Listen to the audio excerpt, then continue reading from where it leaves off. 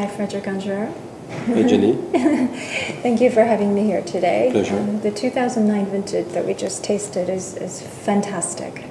Thank you. Yes, can you give a few comments about how you find the vintage, maybe in compared to the long history that you've had with Chateau Latour?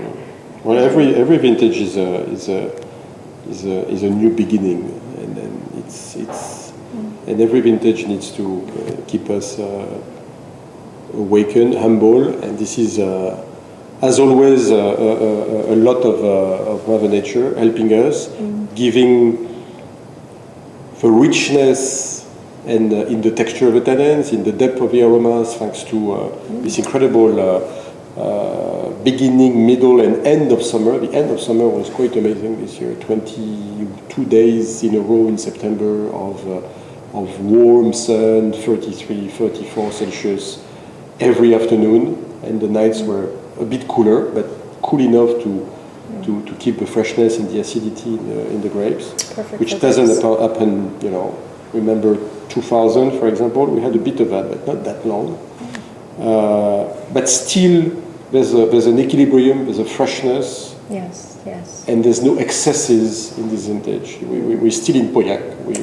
We have not moved across the yellow line of too much richness and alcohol, I think. We're just right there. Right. And that's an accident of nature. Yes, yes. What is impressive, I think, about Chateau Latour, especially the Grand Vin, is the power that's balanced with is still a freshness and a wonderful approachable, even though it's power comes from these thick skins, you know, that we've had, because basically all this sun evaporated a lot of water in the grapes. Then you end up having a ratio skin to juice that was just amazing.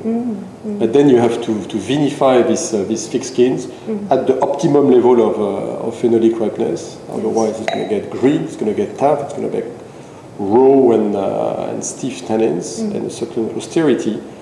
If you wait, you can gain the best of both. You can keep the power of the tannins and manage to get this pleasure of the richness and the pleasure and the texture of these tannins that are sweet like cotton-like sweetness. Wonderful texture. Speaking of the pleasure of the 09 vintage, when do you think, given its power and density, for a lot of new wine lovers in Asia, they don't have a very good sense of when is the starting drinking window. So a vintage like 09, when do you think is a good time? It's probably a vintage that will require patience. But you can see already that these great vintages that are well balanced, they could be enjoyable rather young. I mean, we open, tonight, for example, I'm having dinner with an American friend, and I'm going to open a 2000. I'm going to put it in the decanter probably 2 hours, good 2 hours before. Yes. I know it's too early. I do it on purpose to see where the wine stands, but also because I can get some pleasure already now. 10 years later. So 09 could probably be enjoyable in 10 years. But those who are more patient, or our children will be happy if we keep a bit for them. And it's clearly a long runner. I mean, you can tell it's a long runner. Yes, it's especially obvious. the density and the density and the length tells you weight. Yes.